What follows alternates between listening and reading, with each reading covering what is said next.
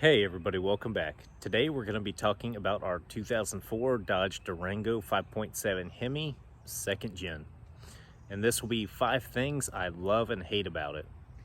The first thing I hate about this is the design of the windshield cowl. If you see this big plastic piece up here and the rubber weather stripping along the windshield, if your seal up here by the windshield goes bad, water will leak down through there. But also, with that being said, in order to do the spark plugs on this thing, as you can see, this engine sits pretty well behind the firewall back there. You know, more than halfway, only our first coil pack sticks out past this cowl. So your engine's shoved in there pretty well. In order to do spark plugs, things like that, just general maintenance on this, you have to remove this whole cowl assembly. And you know, it's not that bad, but if you consider, if you don't snap it on right, you break it, it's not sealing well, rainwater, water from a car wash will get down in it and cause your engine to misfire. So that's really the biggest issue with this thing that I have ever faced, and pretty much my number one thing I hate about it. So with our Dodge Durango, you'll notice we changed up the wheels on it. From factory, the largest you get is a 17-inch wheel with, in my opinion, an undersized street tire on it. So with the Hemi, you tend to not really get traction at all when you go over railroad tracks. The back end kind of slides a little bit. So to resolve that and fill out the wheel wells, we went to a Dodge Ram 20-inch wheel. As you can see there, with a 275/55/20 all-terrain. We no longer have that problem of, you know, sliding around in the back end. You know, you don't have to worry about taking off easy, squealing the tires or anything like with the street tires.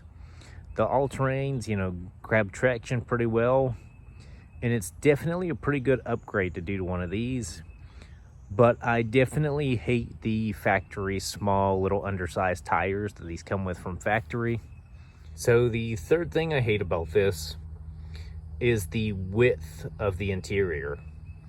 It's actually a little bit narrower than you'd expect, being it is built on a Dodge Dakota. You know, as big as the vehicle is, you would kind of expect it to have a little bit more room side to side. So back here in the second row, you can see you don't really have the room to fit 3 full-size adults. I'm definitely overlapping this middle seat here. And to put that in perspective, I'm about 5'11", 190 pounds. You know, I'm not big, but I'm not the smallest, skinniest person. So I definitely found that kind of an issue. Is, you know, if you're trying to put quite a few people in here, especially adults, the width from side to side is a little bit smaller than you'd expect in like a Tahoe, Suburban, something to that effect. Although you do have pretty decent leg room and reclining seats. So the fourth thing I hate about this also takes place right here. If we strap my daughter's car seat right here in the middle, you are very uncomfortable on either side of it. You kind of have to, you know, wiggle around it and things like that. And you're kind of pressed up against the door. But with that being said, there's another issue also involving the car seat back here. If you have your car seat strapped in, you cannot fold down either passenger seat. So, for example, we took this Durango to, I believe, one of the water parks around here. And it was me, my wife, our daughter, my brother-in-law, and his girlfriend. So, our solution was going to be, we can fold down the seat on one side and they can sit in the third row comfortable. That way they don't have to be squeezed next to the car seat. Except when it's strapped in here, you can't fold the seat down, so you can't climb through to the third row. So as far as the interior, this middle seat area, the width of it, definitely limits the capability of, you know, hauling the people you can have in it and that sort of thing. The fifth thing about this, and you'll probably see my solution to it, is this Durango is more than capable with the 5.7 to tow. You know, it's capable of up to 7,000 pounds or something like that, from what I recall. But when you actually hook something to it, the back end sags quite a bit. And it, you know, tends to make the ride uncomfortable and, you know, probably not as safe as you'd like when it's sitting on the bump stops. So I got one of these helper bag kits to level it back out, as well as we did some load adjusting shocks on it. And that definitely helped the situation. So as for the 5 things I love about this, you know, if you're familiar with these, this body style was only like 2 years. They made it from 2004 to 2006. After that, they changed up the fenders on it to kind of make it look a little more generic like all the other vehicles. But if you think about this vehicle, when it came out, you know, they were going after all the retro styling with the PT Cruisers, the Chevy HHRs, things like that. So you can kind of see a lot of that retro styling in this, and I do think that's pretty cool how they executed it. I don't know if y'all have seen the little truck they've done recreated from one of these. I'm not sure if it was a concept or just something custom somebody did, but here it is in the corner. I'll post a picture of that.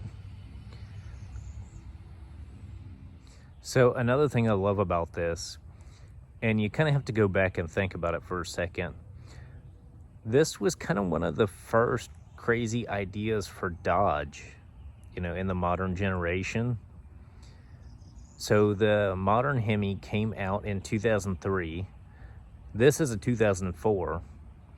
So somebody behind the scenes was sitting there thinking, we're going to design this SUV on the Dodge Dakota platform, but let's shove a Hemi in it. And that's kind of where this started. So you're talking a 3-row, full-size, pretty much SUV with 345 horsepower, all wrapped up in a nice brand new package. And that's what they released in 2004.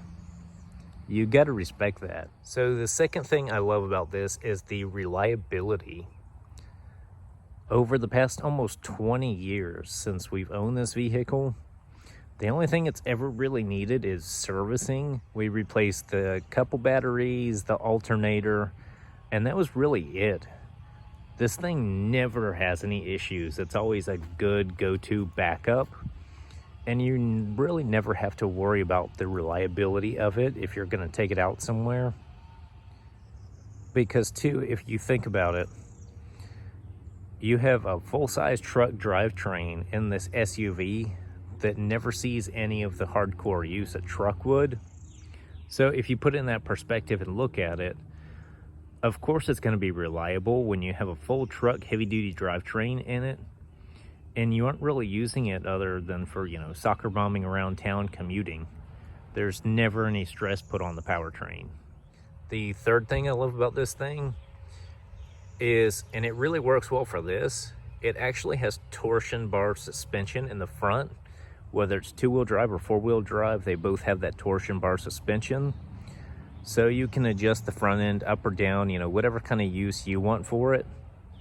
And it still actually handles extremely well. It's very comfortable to drive. You know, you don't get all the bounciness or anything to that effect.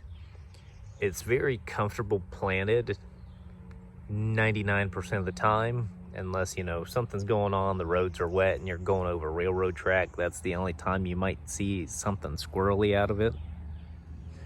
The fourth thing I love about this is it's very understated, and it's good at just about everything. You know, it's got a decent amount of power. It can fit quite a few people in it. You can pretty much do anything you need to with it. If you got the 4-wheel drive one, you can go off-roading. The wheelbase isn't, you know, that long. It's pretty good off-road. You can tow with it. You know, if you do some of the modifications I showed you, this thing is perfect for just about anything you need to do, aside from taking it down a drag strip, which I doubt nobody's really buying one, planning on doing something like that with it. So, you know, it is pretty much all around the perfect vehicle. And the fifth thing I love about it is you can pick them up cheap. They're very, you know, understated vehicles. Nobody's really realizing the value that's there with them.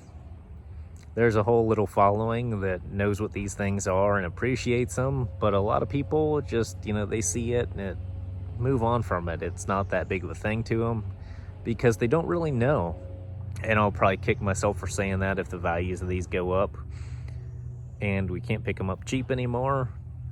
But this one we got brand new, and it's not worth selling because, you know, the prices aren't really there and it's not worth selling.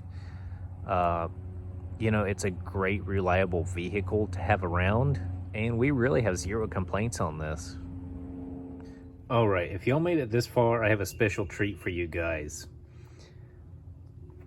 So here is our initial build sheet online when this was new. My mom spec'd this thing out to be exactly what she wanted. She was looking at Yukon Denali's, excursions, things like that. But she ended up opting for this. So this is where it was built on the website. This is our original window sticker.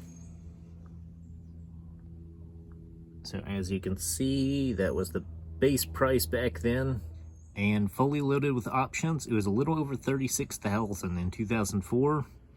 And you can see that Hemi was a $900 upgrade basically. And yes, it actually does still get 19 miles per gallon on the highway. That is legit. We had just road tripped it, I think 2 weeks ago. So also we have this article from when this thing first came out, you know, brand new model. They wrote a few articles about it, much like this. So you can see some of the spec sheet there.